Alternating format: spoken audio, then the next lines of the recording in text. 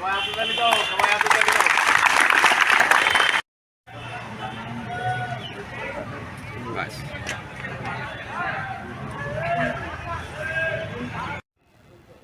জেলা school sports বোর্ডের উদ্যোগে Jirania sub division youth efficient sports ডিপার্টমেন্টের আয়োজিত রানীরবাজার স্কুল গ্রাউন্ডে অনূর্ধ্ব 14 ফুটবল বালকদের আজকের এক প্রতিযোগিতা হবে জিরানিয়া, মোহনপুর এবং সদর দলকে কেন্দ্র করে।